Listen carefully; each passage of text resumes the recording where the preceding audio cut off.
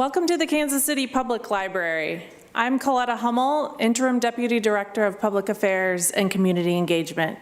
We're so happy to have you all here tonight, and we have amazing programs coming up, including several that celebrate Black History Month. I am especially looking forward to an evening with Amani Perry on February 23rd at the Central Library. So for more details about all of the events that we have to offer, visit kclibrary.org. Tonight, we're excited to celebrate a collaboration with the Kansas City Star. In 2022, the Star partnered with the library to donate its digital photo archive, hundreds of thousands of images spanning almost 80 years of our city's history. This treasure trove is now accessible and searchable to everyone online, giving us insights into daily life, major news events, and the people who have shaped our community. Photojournalism gives us a glimpse into particular moments in our shared stories. These images show Kansas City in all its complexity, creativity, and resilience.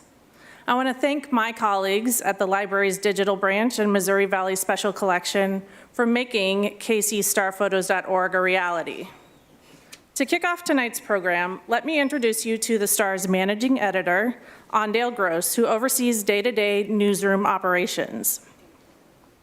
Previously, he worked at the Associated Press as the editor in charge of national coverage of racial issues, and he got his start in journalism as a suburban education reporter at the Star. He has a degree in journalism from the University of Missouri, and as a fellow graduate of MU, I'm obligated to tell you that their J School is the original and best journalism school in the country. Ondale, thank you for being here. Did I hear you say the best? She said something about the best journalism school? Yeah. She said that, and I agree. Anyway, good evening. I'm Ondale Gross. I actually was recently promoted to executive editor for the Kansas City Star, and I'm very glad to be here. Very excited about this project. It's been a great collaboration already with the public library, and we're excited about where things are going to go with it. Colette went over some of it, but I want to talk a little bit about what you'll witness tonight. Basically going to get a full-on discussion around the archive, and the conversation is going to focus on the collection, of course, the history represented, and how this new digital archive came to be. And there'll also be a live demonstration, that's going to be the fun part, of the site and how to navigate it. I have the pleasure now of introducing our moderator. She is Yvette Walker. Yvette is Vice President, Opinion Editor at the Kansas City Star. So I have the pleasure of working alongside her every day, and she's great, and she's going to be great tonight. You just watch and see. Yvette wrote and edited stories for the Marion Record Raid coverage. That was 2024 Scripps Howard Distinguished Service to the First Amendment winner. That's a mouthful. Yvette was previously reader, representative, and news editor at the Star, and Yvette will do the pleasures of introducing the panelists. So without further ado, Yvette Walker.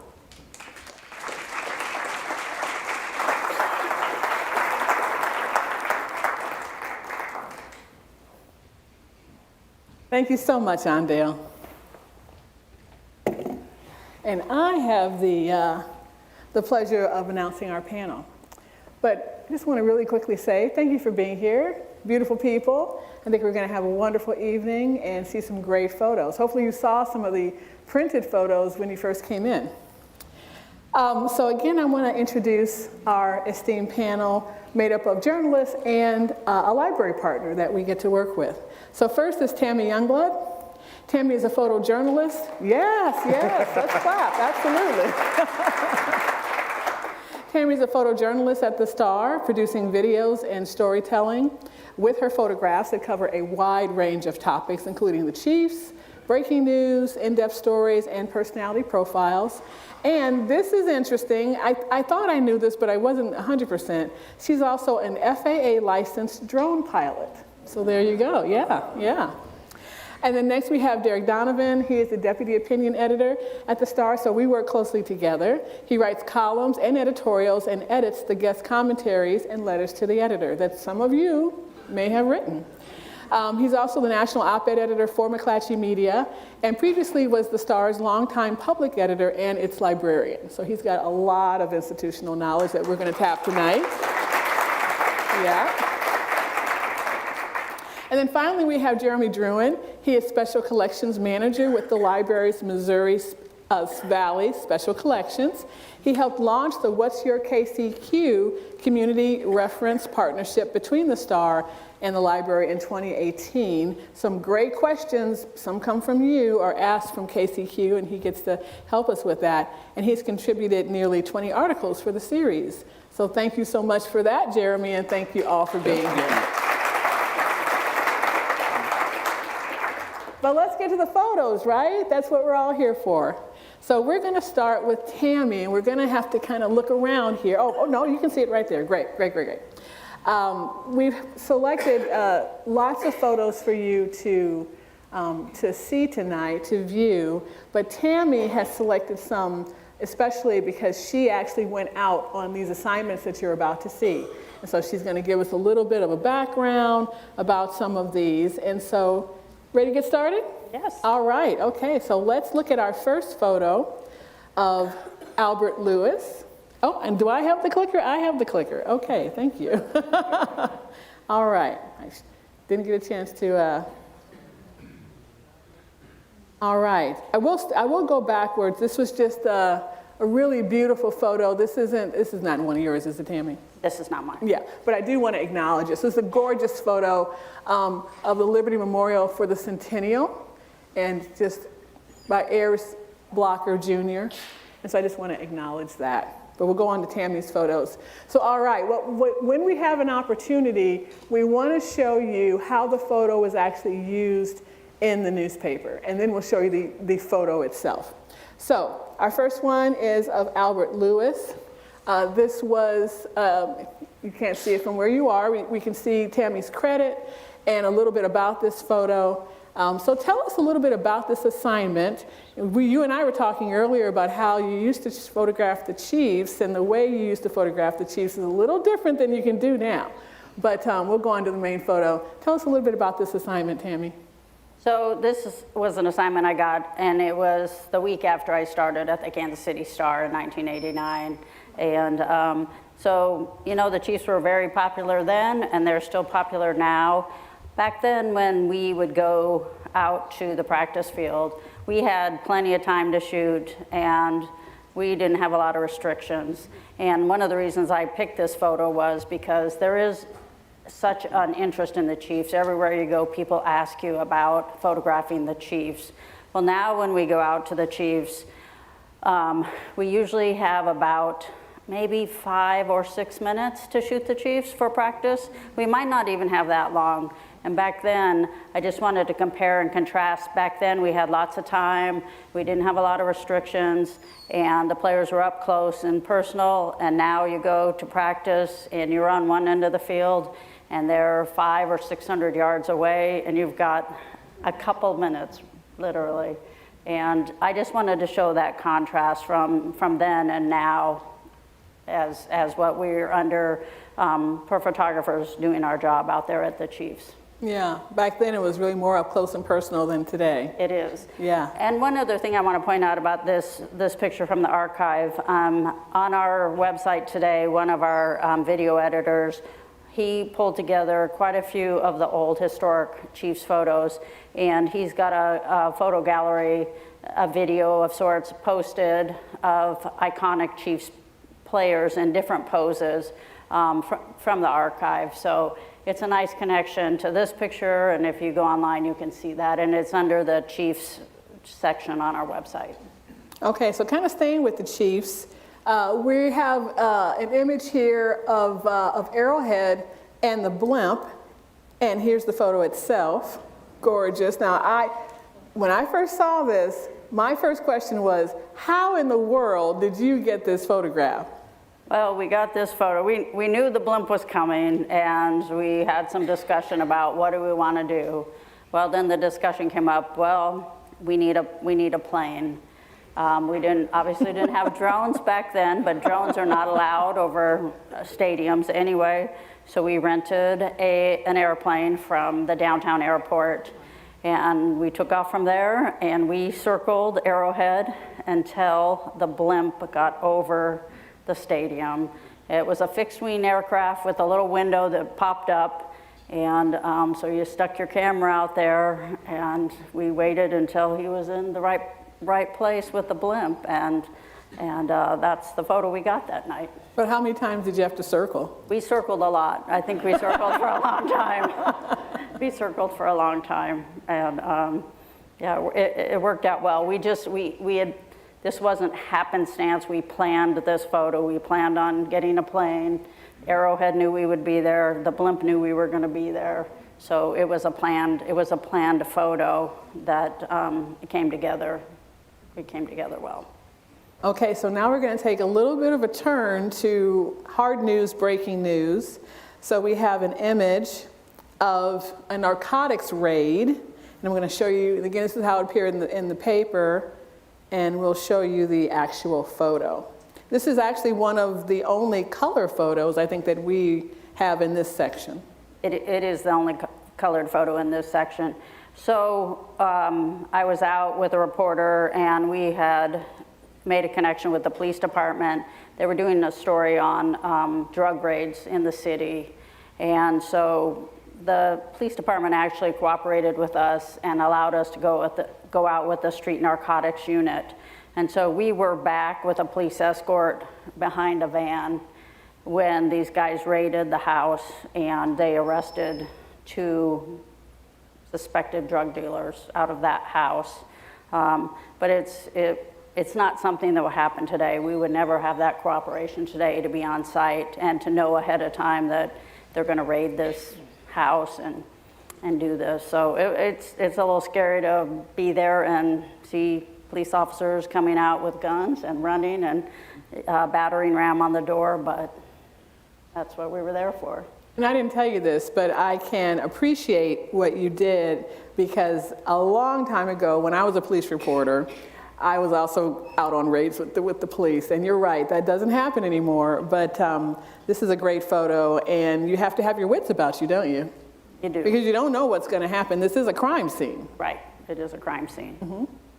Okay, moving on, we're going to talk about a beloved event, an iconic thing that's been in Kansas City for a long time, and that's the American Royal.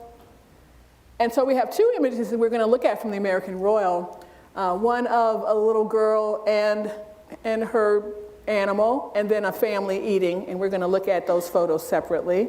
So let's look at the family. Tell us a little bit about this assignment and what you're seeing in this photo. So in the early 90s, the Star was really dedicated to covering the American Royal. And we would, as photographers, we would go to the American Royal very early in the day, come back about midday with photos, process and edit, and then the Star would publish a broadsheet, a special section broadsheet for the American Royal that was published that day, and it was distributed at the American Royal. So we were there to document the morning half and then get that edition out every day they had big crowds back then at the American Royal, so that was our target audience there, and we did this for most of the 2 weeks that the Royal was in town, 2 or 3 weeks, I can't remember how long it was, but so these families that were at the American Royal, they were there for long stretches of time. The FFA kids with their animals and their livestock, and so that was our job, was to kind of document what was going on there. And so you see the family, they're all eating next to their hogs. Yeah, you know, when I first saw this photo and I looked at them, it looks like they're eating hamburgers, so technically I guess they're not eating pork, but they are eating meat. And I was looking at that going, yeah, I guess, you know, you got to eat even when you're around all these animals. Could you get a sense that the kids were excited to be there, or proud? Well, and we're going to see this, especially in this next image, proud of the work that they were doing, or were they just kind of, in this picture, were they just helping their dads? You know, it was a huge ordeal for these kids. They were there with part of the FFA, and they pretty much lived and breathed with those animals during those shows. And this is a young man who won Grand Champion steer, and back then we always photographed the Grand Champion steer. Sometimes it was in this type of setting, or it was at the auction with, they said, American Royal livestock, and it was kind of the picture we had to have from every American Royal. This steer sold for a record $27,000, and that was in 1991. So that was a lot of money for that steer. Yeah, we were talking about this earlier, and I'm sorry I said it was a girl, but this young man with this steer. And we were talking about this earlier about what would happen to these animals. And I think that to pay that much money for it, I mean, I might assume that it might be used for breeding or whatever, but what happened to these animals? So these animals went to the slaughterhouse. They weren't used for breeding. They went to the slaughterhouse, and the FFA student received that money, and that was scholarship money for the FFA kids. And the kids knew what was going to happen. They knew what was going to happen to the animal. Yeah. They knew. But I do have to say one other little thing about the American Royal, because in the newsroom, the old days of the Star, they would go around and ask everybody who wants a cinnamon roll at the newsroom. And they had a guy at the American Royal who made cinnamon rolls. It was Tubby's cinnamon rolls, and I think they were $3, $2 or $3. And so quite often the photographer who was tasked with doing the photos that day would be bringing a big tray of cinnamon rolls back to the newsroom. I remember that. Okay, there's been a lot over time, and in this area, there's been a lot of environmental catastrophes, and we're going to look at one now. So tell us a little bit about this. This is a photo of someone who is, I don't exactly know what's going on in this photo, but dealing with the flooding. But this is the flooding from 1992, correct? It is 1992. Our flood photos from 1993 are not in this archive. And that's kind of a long, sad story, but they are not in this one. But I was asked to pull a flood photo. So this one was taken in the fall of '92 in Bethany, Missouri, and this is the Thompson River. And this is kind of the precursor to the great floods of 1993. The rivers were already getting high, and the townspeople here were at the river because it was already washing over the bridge. And so that was our kind of early glimpse of some flooding in the Midwest. And then we went on as a staff to cover the flooding all over the Midwest. And the Star published several special sections on flooding. And we had photographers all over the Midwest covering the great floods. When journalists cover these floods and tornadoes and things like that, I spent quite a bit of time in Oklahoma, you have to try to get information from people.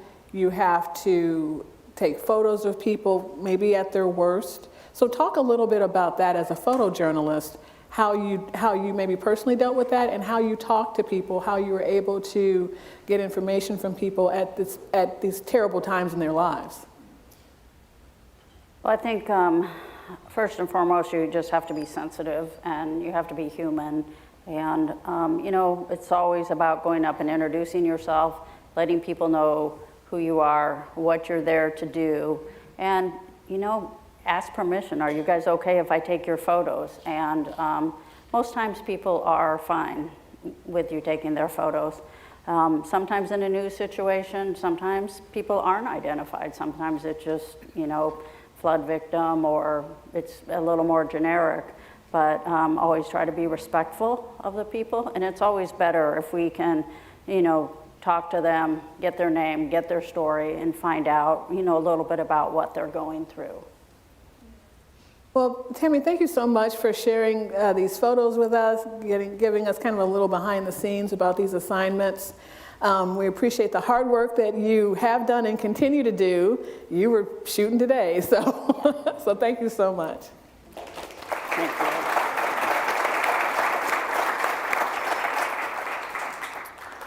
Okay, we're going to continue to see some photos, but now we want to talk a little bit more about how this archive came to be and the history behind it. So I want to turn it over to Derek now, and I also have questions for Jeremy about this. But tell us a little bit about this archive and jump to this photo. And if you want to tell us a little bit about the photos, 'cause I think you selected these, what's important about them, but in particular, why is this of historic significance? Sure, absolutely. Who recognizes what this is? The lady in the blue sweater here, what is that? Signboard Hill. Signboard Hill, that's right. This is now where the Westin is, down catty corner from Union Station. And I believe this photo is 64, I think. This is in the 60s, but anyway, it's fun. When I came to the Star in 1995, I was working in what used to be known as the library.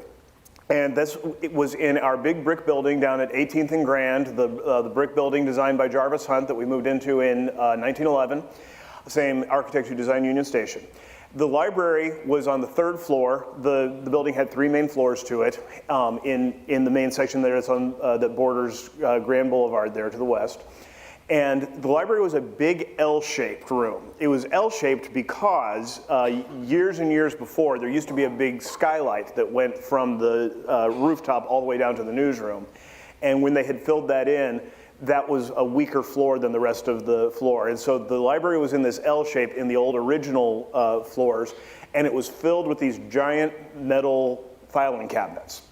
The way that they used to archive newspapers back in the days when we were print only is there would be a staff of library workers. At one time there were as many as 16 of them under my watch. It might have been even more before I was there.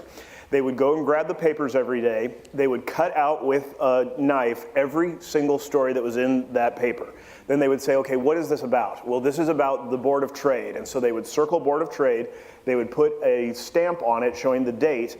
Then they would fold it up neatly into a little envelope, and they would go to the library and pull one of these hundreds of thousands of library envelopes out, find the Board of Trade one, put that story in. And some topics, popular topics, would have 15, 20 envelopes, and then there would be some that would have just 1 or 2.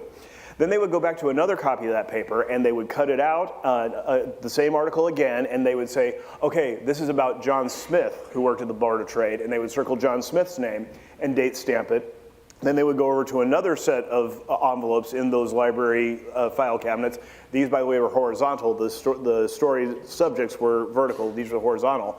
And they would go find John Smith's article and neatly put that into his envelope. And again, some prominent people in Kansas City, like, for example, I know that the files concerning Joyce Hall, for example, was many, many envelopes full. And then other people, there would just be 1 or 2 times they were mentioned in the paper.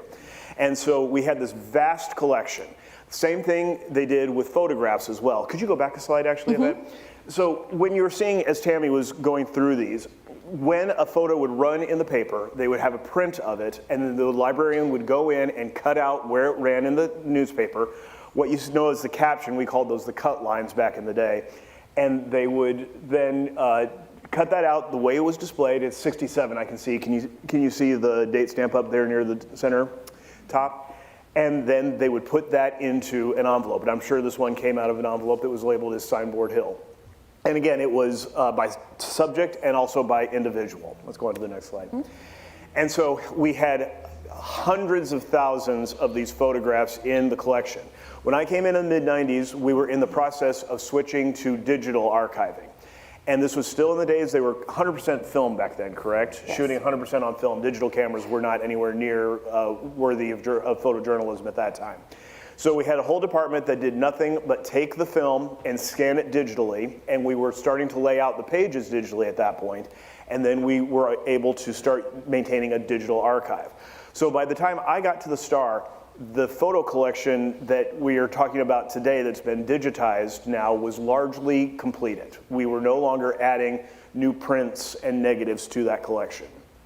And So we had still a very great need for a very long time for those old photos, because for one thing, the vast majority of the printed photos or the negatives that we had in the library had never been in the paper before. And so we would, for example, say, hey, June Peters is in the news right now, do we have any pictures of her? And so somebody would call the library, and one of the library staff would go over to the people drawer and find out Peters, June, yes, we got a picture of her here when she was valedictorian of her high school, and we would send it down to what was called the imaging department, and they would scan it, and then they would enter it into the digital archive.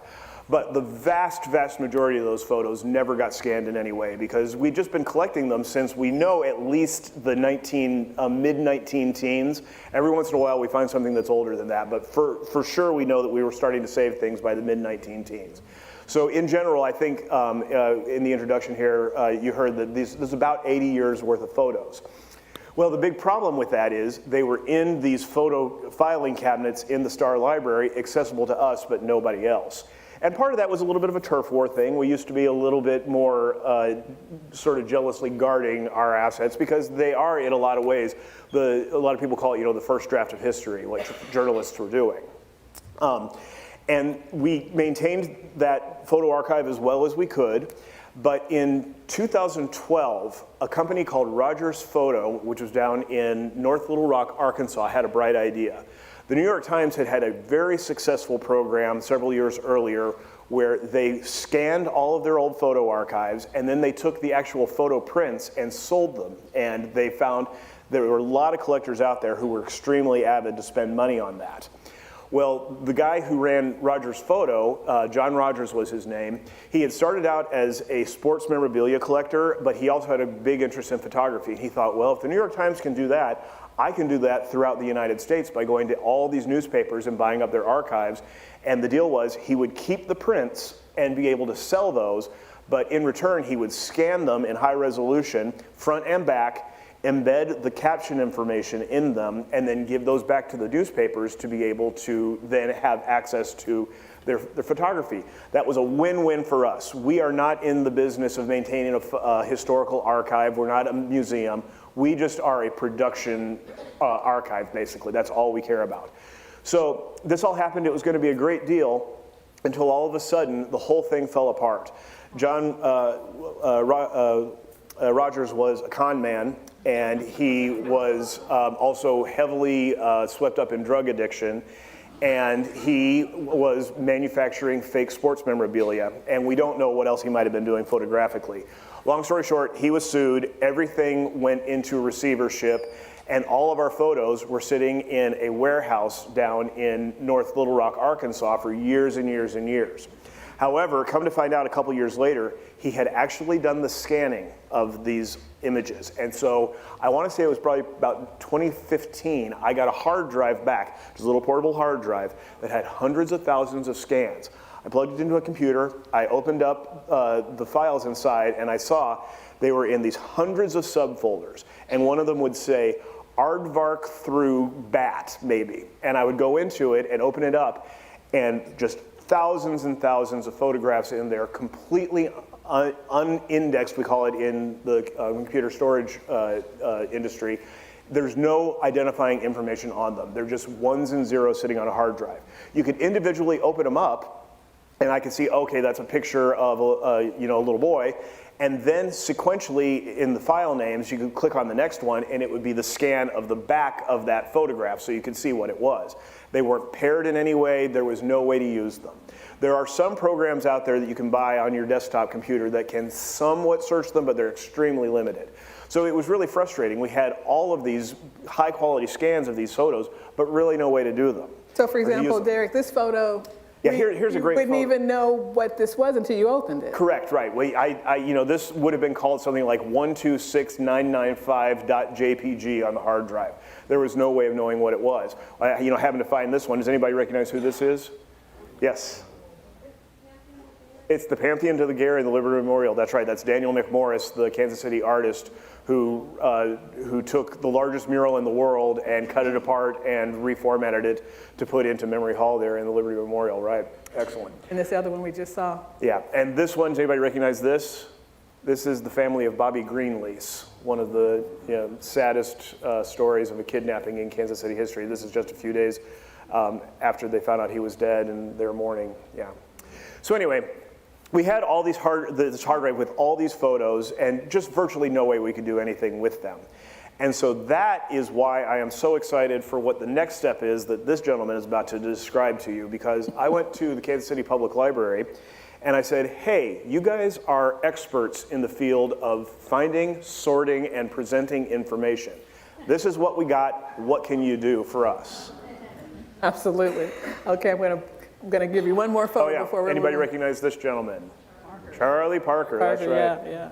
So Jeremy, tell us, well, we're handing the football over to you now, right? So how did the library get involved? Well, I want to say my recollection's a little different. I remember all of a sudden one day, it might have been my staff meeting, we saw these Kansas City Star prints on eBay, hundreds and hundreds of prints on eBay. I think I called over to you or emailed and like, Derek, what's going on? And you gave me the story that you just told about how they're digitized and hard to access. And around that same time, Star reporters were really coming to us at the library to use our images because they were so difficult to search on your end. And when we acquired the collection, I realized how difficult it is to search. I mean, imagine it, like you said earlier, you open up a folder and 20,000 files populate your computer. It's really hard to wrap your head around. So we, as part of the agreement with the Star, with McClatchy, was to make this collection searchable. And it took us a couple years, but our digital branch staff, David LeCrone and Katie Eschbacher and Katie Montgomery, did the hard work of pulling that information from these files, information that you would normally have to open up and access each individual photo individually, to extract that data, to import it into a spreadsheet and create the website that you see today, to make these hundreds of thousands of images accessible to the public. So we're truly indebted to our digital branch staff for making that happen. Mm-hmm. 3 cheers. Absolutely. So we've been looking at these photos, and this question is really kind of for both of you. And we've been saying, okay, who knows this and who knows what this is? So we'll go on to the next one. This is obviously more of a hard news photo. Yeah. So my question is, what do you think the value of this collection is to the community? Like, why, we know why we wanted to do it. It'd be great to get it out of our hands and figure out how to archive it and digitize it, but what's the value here to the community? Well, to me, it's twofold, or two things come to mind. I mean, one is, the Star has been published since 1880. It's a historical record of our city, and that's just invaluable. And secondly, I really think whether you live in Kansas City, have visited Kansas City, maybe grew up here, but then moved away, that you will connect with some of these photos in some way. And maybe it's a dinner that you had at a restaurant decades ago that's no longer in business, or maybe it's going to a parade, or maybe you're doing genealogy and you just want to research and do family history. I really think that there's value for every Kansas Citian and even outside of Kansas City as well. A lot of excellent images of just what was going on in Missouri, regionally and nationally. Mm-hmm. I got an email a couple weeks ago from a woman who was just absolutely beside herself with joy because she was browsing through the archives and found a photo of herself with her grandmother at Santa Calagon days back in the 60s. Mm-hmm. And that's the kind of thing, you know, everybody I know searches their family's names first when they get into this, but that is the kind of cool thing. And that had been sitting in a file cabinet drawer in the Star's library, I'm sure, since literally the day it was taken, and probably had never seen the light of day again after it got published that first time. So, you know, I just think reminding people of the connection that they've got to this community. And also, the Star has tried to enable, you know, the Star is all about the community. The Star is completely about serving the people of Kansas City and the area. And so I just think that that kind of is an even more profound underlining of what we are as Kansas City, to see our history. Mm-hmm. So when you get back home, you're probably all going to look up your names. Be careful. You may find one you don't like. I looked up my name. There was one photo, and I didn't like it. I would also like to commend the Star for, you know, giving the library copies of this archive and being able to make it available freely on our website. I think a lot of publications would put it behind a paywall or a lot of restrictions around it, but they've really, you know, they wanted the community to use it. Derek, you know, was excited that we'd be able to make this collection accessible to the public. So I really do commend the Star in doing that for Kansas City, for the community.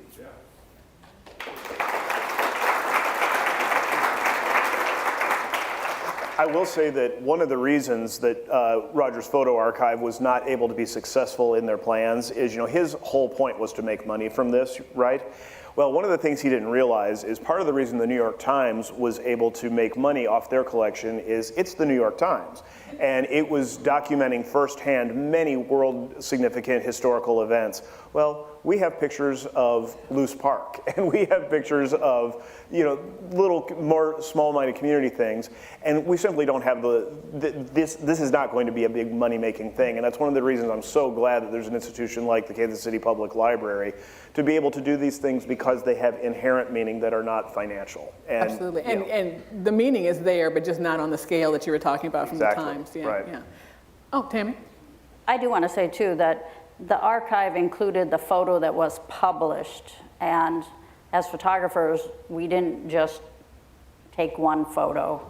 We took a lot of photos, but it was the practice of the Star back in the day. They cut the one photo out that was in the newspaper, and they saved that one. And so there were a lot of pictures that didn't get saved. But I want to say today, we are saving a lot more photos. Our archive is digital today. So if you go out on an assignment today, you know, if you turn in 10 photos, those 10 photos are now digitally archived for us to search. And we've learned from this situation. And, but it is a great archive to search. If you go in and search some of the famous jazz musicians from Kansas City, there's some absolutely beautiful photos in there. Just from, you know, just from my going through it and looking at it. This picture of the Hyatt, there's a lot of interesting photos from the Hyatt, just really compelling images. So this question is for all three of you. So what surprises, as you've gone through the library, or through the archive, now that it's up, and maybe even before it was officially up, what surprises did you find? Sure, I'll go first. One of the surprises for me is sometimes you'll find very few photos for subjects that you would think there'd be hundreds and hundreds. I mean, I searched the Kansas City Public Library, and I think 16 photos came up, but yet something like 80 photos might come up for a sitcom from the 90s. You just really never know when you search the collection. There's other times where I thought I've searched a really obscure topic, but dozens of images came up, and it's been a big surprise for me. I could say there's something that is Stories that I remember working on, and the photos aren't in there. Or there's one photo, and in the early 90s, the Star did a really good job with photos. We published a Star magazine, and we had a nice feature section, and we published a lot of photos on really good stories. And quite a few of those stories I went back to look up, mine and also other photographers. There would be one image from that story and not the whole package. And I regret that the packages of photos aren't in there. And because as a visual storyteller, you want to tell the story, and when you see one photo, it just doesn't do it. And so I regret that there's not the whole package of photos in there.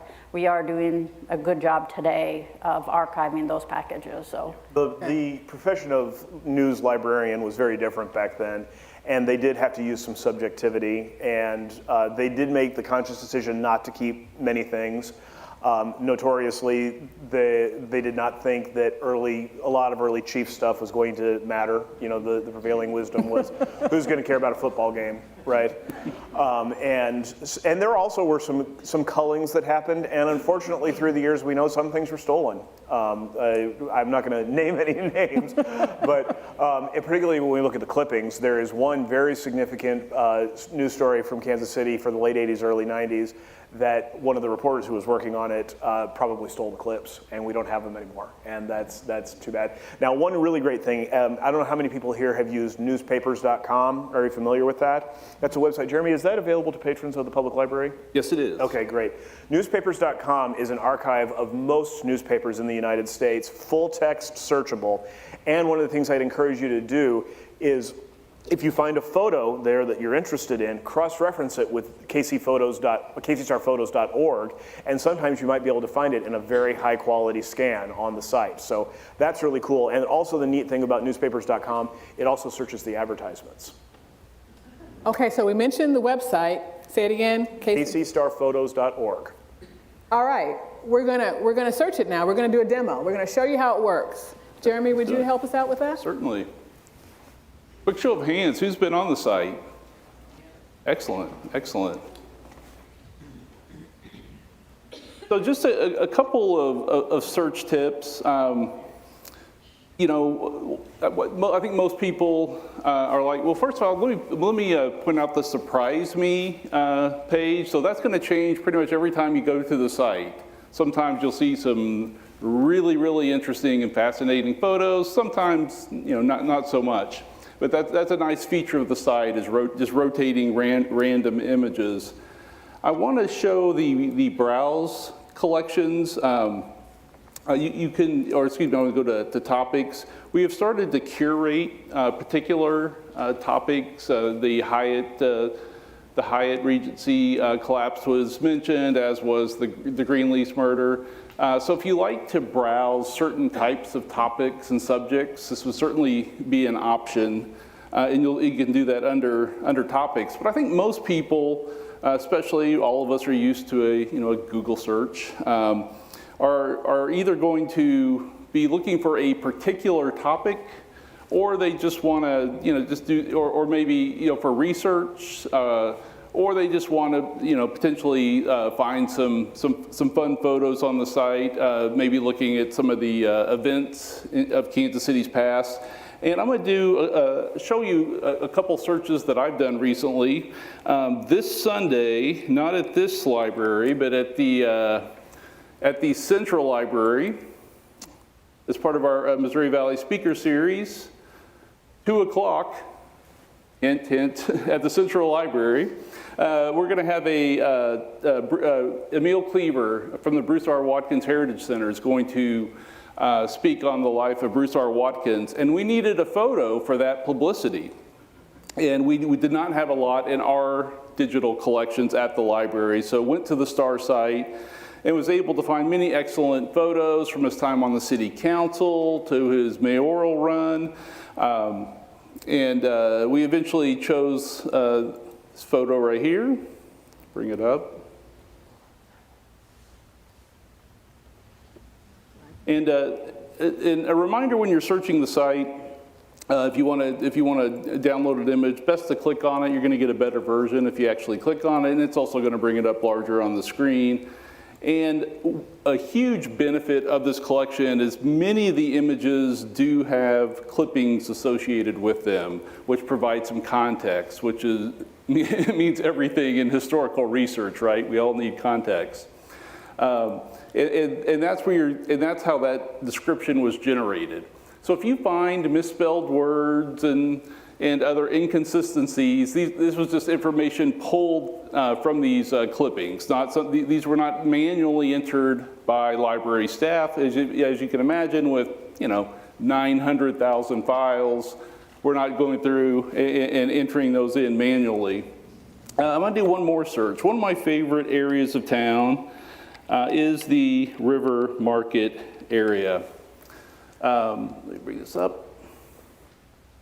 And this was one where I wasn't doing kind of research really related to my work, but I lived in the city market at one time, the River Market.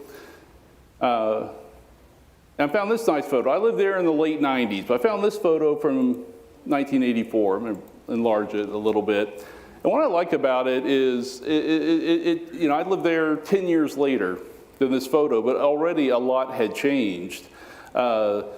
Main Street, you could still drive Main Street through the city market, which I found interesting. I actually lived right up there. I also enjoyed many meals at Winslow's Barbecue. Anyone remember Winslow's?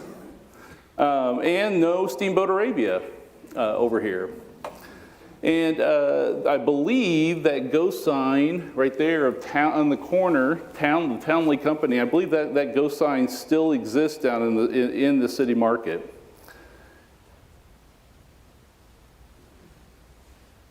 Well, anyway, this is, okay.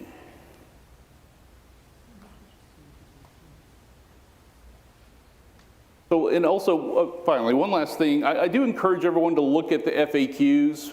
Again, because these entries weren't manually entered. There are a lot of inconsistencies. There are copyright and permissions issues associated. So I would definitely encourage everyone to look at that, the license and copyright, FAQs. And if you have questions about the site, things just don't look right, the date's off.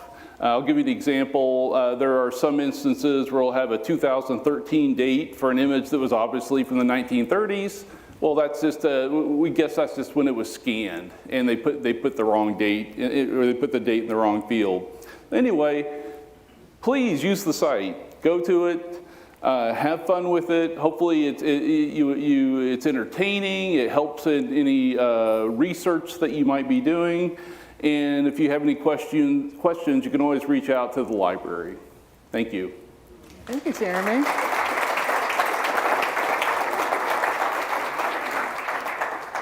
Okay, I think we have some time for questions from the audience. Bring the lights up, that's right. I feel like I'm on Carol Burnett now. If you could please bring any questions to the two microphones at the front of the audience so that your fellow audience members, both here and online, may hear. Thank you. Thanks for the information. I'm looking for a headshot of Clarence Erasmus Shepherd.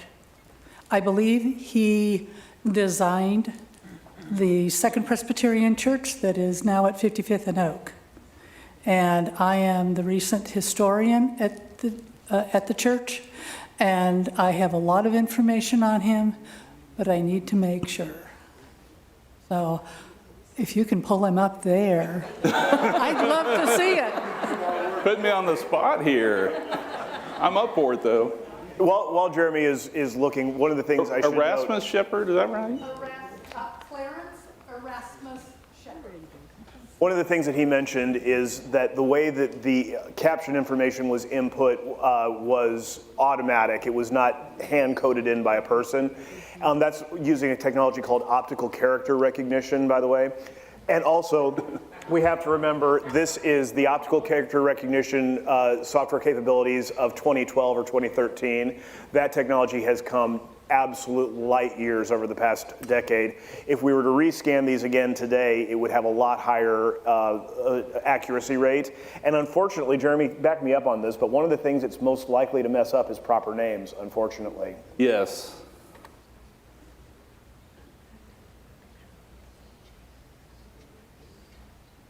Let's go a little slow. I'll tell you what.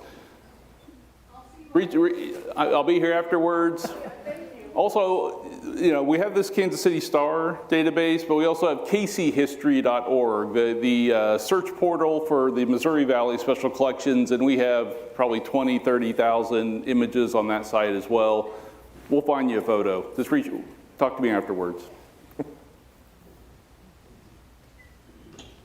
Hello. Three of you up there may recognize me. I spent a few years at the Star as a photographer. At the end of the day, we always filed our negatives, and those were filed and stored in a loft in a photo studio, but that was a limited space. And so after every like 4, 5, 6 months, they were taken across the street to a warehouse and piled there. I went over to that warehouse once to retrieve some photos, and it was almost like the Raiders of the Lost Ark situation, where there were piles of boxes on pallets, and these boxes that contained the files were just totally crushed. But they had value still. And I'm curious, what happened to all those negatives? On all those boxes? I think we have a couple boxes still at the Star, but a lot of those boxes were thrown out. Oh, that's what I suspected, unfortunately. Because there's a lot of good information in there, but that is even a worse problem, trying to go through all those and trying to figure out what that is. But as you mentioned, you often one photo wound up in the paper, and you took, you submitted 3 or 4 to the editors, and they chose one. But then you have all the other stuff you shot on that assignment there, but then that's all gone, unfortunately. Much like reporters' notes, outtake photos are things that journalists obviously do not publish and hold extremely tightly. And I'm sure that those are casualties of that attitude.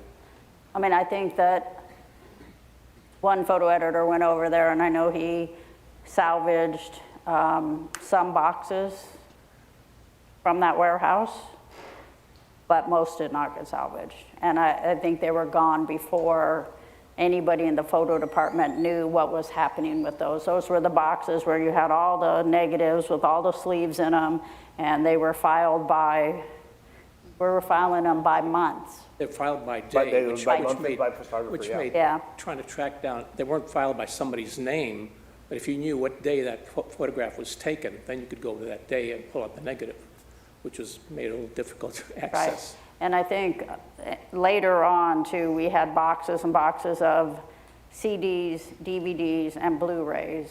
And I mean, I have some boxes of Blu-rays of my content, but I don't know where all the rest of the stuff is. But I was there that day. We were cleaning out the Star building, the red brick building that we were moving out of. I mean, I was there, so I was able to take some boxes of my stuff. And I know one of the photo editors took some boxes home, and he was able to get some content to the photographers because they were going to get thrown out. And I'm not sure what happened. I know there were, as you say, pallets of photos that were not saved, of negatives that were not saved. And I think a lot of us there were distraught when we found out about that, because we did a good job in the photo department of archiving our stuff and saving our stuff and filing our stuff, and then to find out after we moved out that it was put in a warehouse and then it was just gone. And I wish I had a better answer for you. Okay. I don't think my topic is any more cheerful. I was just wondering what concerns you might have about companies like OpenAI, these AI companies. If you make this material available to the public, then it's also available to them to slurp up into their, whatever it is, clouds, I suppose. Is there any way to protect any of this material? Or you don't worry about that? No, once you put it online, like as we had, made it freely accessible, again, no paywalls, no restrictions, people can download them, they can, use them without permission. But I think that's a risk you need to take to make things accessible. If archives had the view of, well, if we put this out there, people are going to, through AI or through, or they're gonna, they're gonna profit off of it in some way, or they're gonna use it in some way we're not gonna like. No historical archival images would ever be made available. So I think I think it's just a risk, at least that we've decided to take at the library. Now, we are aware of copyright, and we have copyrighted collections that we do not put up on the website. But generally, we side on access over security, because we're in the access business. And then as single cases come up that are problematic, we'll address them at that time. But that's really the library's policy, the special collections, is we want to make our collections accessible. So. I will also say, this is kind of funny, my best friend from high school I'm still close with, and he's a AI and copyright attorney, and he's very much of the belief, and he works in Silicon Valley, that we can't see it right now, but we are in a grand bubble of misinformation and disinformation, and he thinks that we're going to look back on this in 10 years and say, oh my gosh, we're so in the weeds now, but we will have gotten a handle on it worldwide. And I believe that real content such as this is going to have much more currency in the world where everything is fake. And libraries, newspapers, websites are in the news websites are in the business of presenting reality. And that's something I know we're all committed to every day. And so, knock on wood, we're going to have the sort of the machinery to keep that going. That's great, thank you. Great question. Couple of questions for you. First of all, you'd mentioned that in passing the 1993 flood, and you talked about some reasons why some holes in the collection were there, but is there a general understanding or knowledge of specific areas that were not in the collection or not in the archives, and knowing why? Yeah. Yeah, I would say there are certain things that we didn't realize were that big a deal until after they'd already happened and the things had not been kept. And again, I mentioned the early Super Bowls, just the attitude was, who's going to care about this kind of thing? I am not really aware of any other, the old line about the things you don't know, and the things you don't know, right? I think there's just a lot of the latter there to me. And I think you don't realize it's missing until you're searching for it. Right. Okay. Yeah, like unbelievably, the Christo installation in Luce Park, we only have something like 10 photographs of that. This incredibly important worldwide Iowa was on Kansas City, and we only had 10 pictures. And by the way, they're all in black and white. Yeah. Yeah. Then the second question is more for him. If you stumble on photo archives, what's a good way to get them into the public's hands, so to speak? Like, I was at an estate sale a year or two back, and turned out to be for a Cessna executive, and he had a photo archive of hundreds of photos of various bits of Cessna airplanes that he was involved with and things like that. I ended up donating it to the Kansas Aviation Museum down in Wichita. But in general, if you stumble across something like that, what is your best option for getting it archived and getting it into the public's hands? Exactly what you did. Reaching out to local archives. We're contacted all the time by potential donors. Now, they're not always 900,000 images, but we get contacted frequently. And if it's a good fit for our archive, then we'll take it. If it's not, we'll refer to other archives, because it's most important to me that it's archived somewhere. Now, I'm biased. I think we're the best place to for photograph collections, because of we have experience making them accessible to the public through our website. But yeah, that's the best approach is reaching out to a local archive and engaging their interest. And yeah. Thank you very much. Thank you. I believe we have enough time to wrap up with these two last questions here at the mics.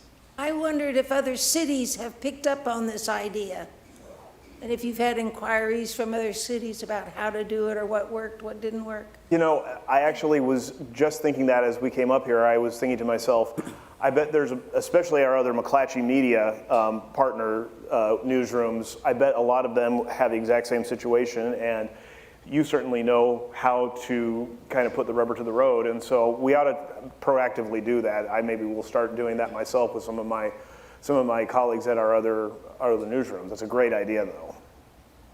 When we were trying to wrap our head around how to handle this large volume of images, the senior librarian in the Missouri Valley Special Collections, Michael Wells, reached out to a lot of other libraries to see if they had experience with this. And I believe it was the Chicago Sun-Times archive. A library was archiving the photograph collection of the Chicago Sun-Times. So we were able to, and we also talked to the National Archives as well. So there definitely are instances of libraries, public libraries, receiving and making accessible newspaper collections. I'm curious, do you know what Mr. Rogers did with all these physical photos? Did he sell them all on eBay? He was, at one point, they believe, the most prolific eBay seller, and he did sell thousands and thousands of them. However, I do know, just anecdotally, because I happen to know somebody who lives in Little Rock who has just gone and peeked in, that they are apparently all sitting in a vast warehouse in North Little Rock, Arkansas. Don't know if we can get them back or not. I'm not sure we would want them back at this point. I don't know what we would do with them, to be completely frank. But you know, it's always a possibility. Yeah. By the way, he just got out of prison a couple weeks ago. I just found out. He's in a halfway house now. We're going to sneak in one last question. Thank you. Hi, Tammy. Hi. I'm a retired news photographer from Fox 4, and this is a great situation that you're doing with the still photography and the newspaper. Have you done anything with our film reel from Fox 4, Channel 9, Channel 5? Have you been able to archive any of that, or do you have any access to it? Not much. We do have some video from KCPT. We have a collection, but no, that's an area that we need to explore. I will say we get a lot of patrons who who were featured in a story years ago, or had family featured in a story, who are wanting to watch that content in some way and reach out to the library in hopes that we have access to it.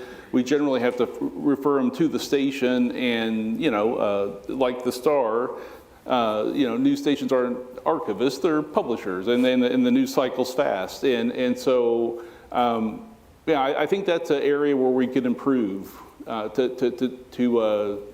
to work with local news media to make sure other types of video content is archived as well. And one last comment I'll make about that is I often talk about the fact that in the world of analog media, there is so much of it out there that has never been archived. And we've got this weird attitude now that the web is so vast that if it's not on the internet, that it doesn't exist. There are untold numbers of things like local news video coverage. They're sitting on cassettes and on reels all around that have never been digitized and might never be. And there's just always going to be what's known as the analog hole out there. I know, because I did 40 plus years there, and we had film reels. And I know at one time we just kept them in the basement like that gentleman was saying, and they just got heat, weather, water damage. But we did give some to the North Kansas City Library, and I think UMKC at that time was archiving material. And then we had a guy, Doug Moore, who was kind of our librarian and our historian at the station. But I just wonder if you had run across any of that, or. But we get it piecemeal. We have some in our collection. Video is problematic for a lot of archives. Not all of them. There's certainly whole archives made up of video collections. But it's more expensive to digitize. It's certainly more expensive to store those digital files on a server. But there are libraries out there doing that that focus on video archiving, and I think it's something that my department could do a better job, and maybe locally making sure that content is preserved as well. Good job tonight. Thank you. Thank you so much. Thank you, Tammy. Tammy Ljungblad, Derek Donovan, and Jeremy Drouin, thank you so much for being here tonight and sharing all this information with us. And thank you for being here. Thank you.